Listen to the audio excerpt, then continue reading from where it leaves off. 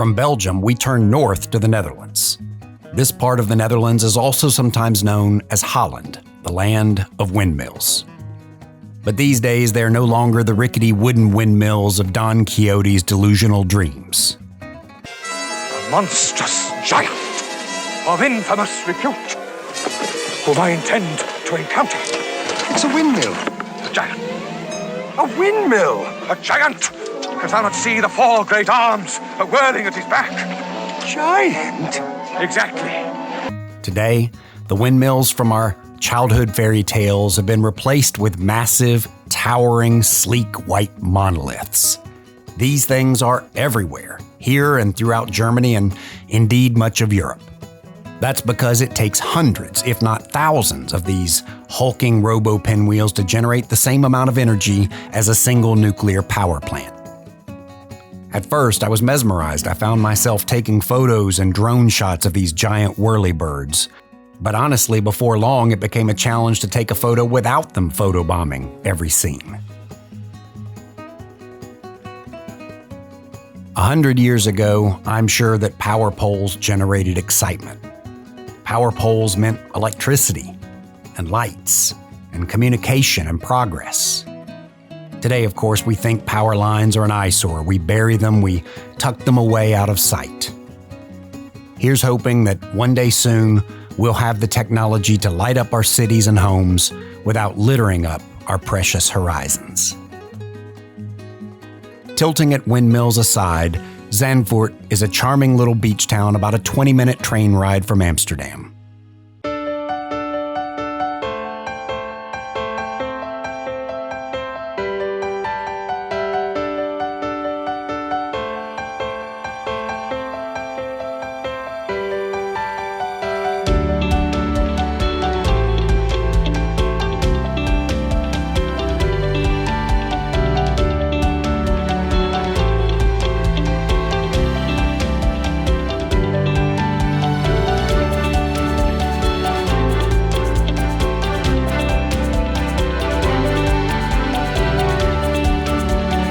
Consistent with all the travel stereotypes you've ever heard, the waft of weed does indeed greet you at every cobblestone turn in Amsterdam.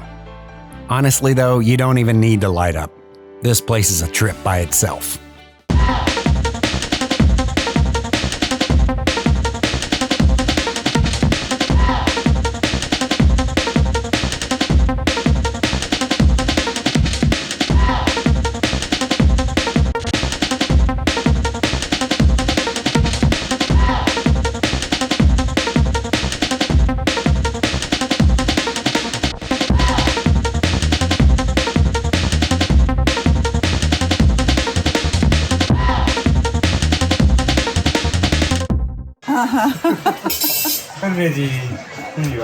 Van Holland stroopwafel. Da. I'm guessing it's probably also not a coincidence that we found the food here to be quite delicious.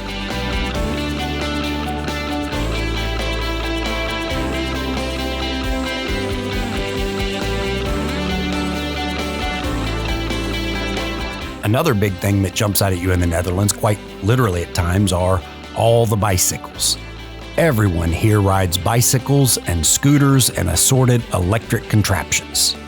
Senior citizens, toddlers, moms with newborns. Bicycles aren't used for recreation here. It's simply how you get around. As soon as we exited the train platform, there were I kid you not, a gajillion bikes. I have never seen so many bicycles in all my life. There were children, elderly, all walks of life in between riding a bicycle. They were everywhere. The number of bikes here is insane. As a driver of an automobile, it made me a nervous wreck. It was absolutely uncomfortable because you're surrounded by pedestrians, you're surrounded by bicycles, and you're just trying to make sure you're not gonna knock your side mirrors off when you're going down these narrow alleyways or trying to find a parking space.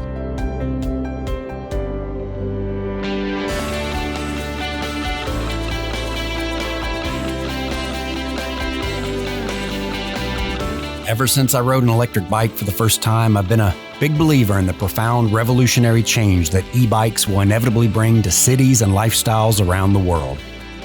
Imagine a day when there's no pollution, no exhaust, no sound from motorcycles and cars in huge cities. Well, the Netherlands, they've already figured it out. And who knows, maybe that's why the Dutch live an average of about 5 years longer than we Americans. Or it could be the weed. I guess we'll never know for sure. How high are you? Hi, how are you? No, I said, how high are you? Hi, how are you? This guy was so friendly, babe. From the Netherlands, we drove south and east to the small but postcard-perfect riverside town known as Cochem, Germany.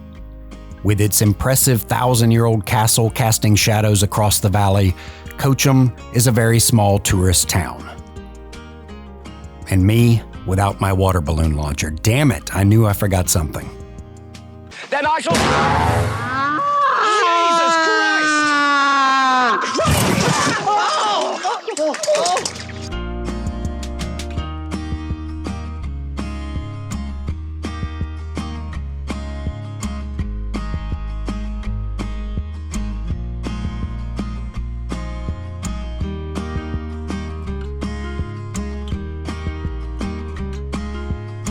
You can pretty much crisscross every gaslit alleyway here within a half hour or so.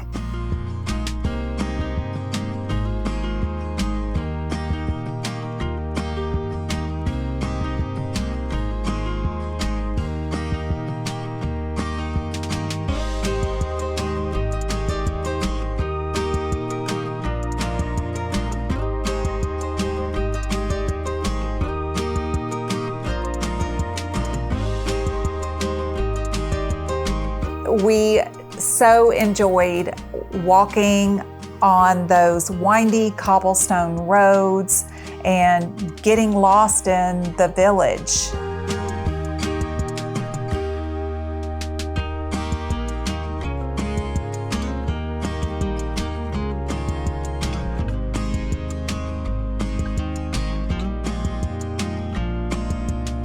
There are a few great restaurants, some romantic wine caves, and there's a serene cemetery perched just above town with graves dating back to World War I and earlier.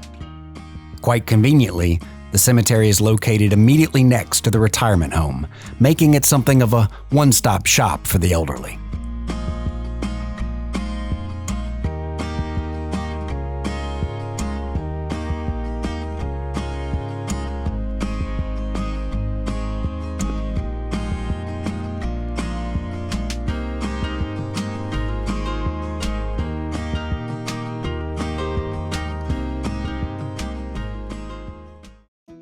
From Cochem, we pushed further southeast to Rothenburg, which roughly translates to Red Castle, likely from all the red rooftops that have crowned this hilltop since at least 1274.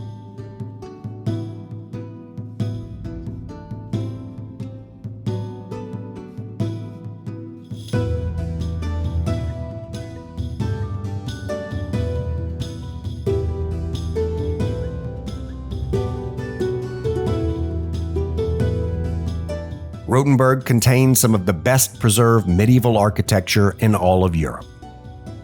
We chose Rothenburg because it came up on several searches of the cutest towns in Germany, and I can vouch for that. This is one of the best examples of medieval architecture, preservation of the way a town really might have felt like hundreds of years ago in Germany, and I would say probably in the world. It really is a self-contained walled town and very pedestrian friendly. You just got to watch out for cars careening around corners and such. But it's so quaint, so beautiful. There's a lot of restaurants, a lot of shopping, a lot of Christmas market stuff was starting to be put up while we were there. Even though this walled town was heavily damaged in World War II, the U.S. Assistant Secretary of War, John McCloy, knew about Rothenburg's historic importance and its extraordinary beauty. So when taking the town, he ordered American troops not to use any artillery. Instead, 6 intrepid soldiers from the 12th Infantry were ordered to march straight into the belly of the beast. When stopped by the Nazis, the 6 men held up a white flag. They told the soldiers that the city of Rothenburg would be spared from shelling and bombing if they agreed not to defend it. They also were quick to note that if the 6 soldiers did not return to their camp unharmed within 3 hours, Rothenburg would be bombed and completely leveled to the ground. Despite Hitler's orders for all troops to fight to the death, the local military commander ignored those standing orders, effectively saving the town from total obliteration. Just a few years later, the town of Rothenburg would actually make American John McCloy an honorary citizen.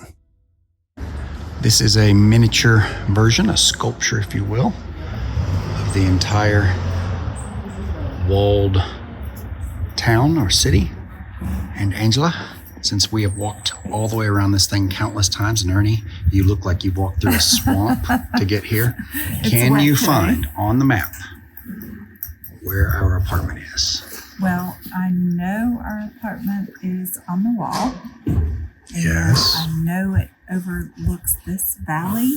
Yes. So my guess is right here. That would be correct. Do you know where we are right now?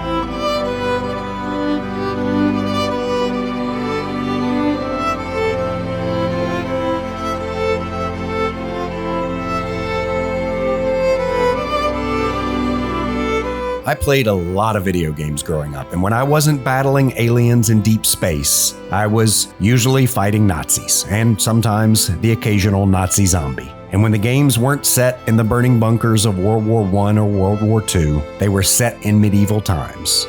So for me, Rothenburg felt like, well, it's like a video game that came to life.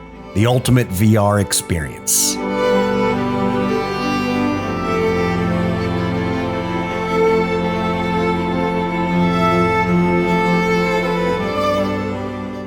Yes, I'm more than a little embarrassed to confess that as a grown-ass man, I repelled imaginary marauders with cannon fire. I crossed moats, and I patrolled the ramparts.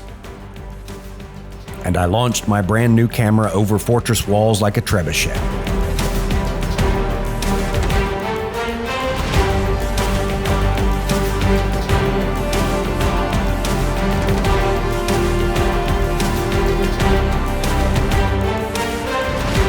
I even took a shot at being a windmill operator.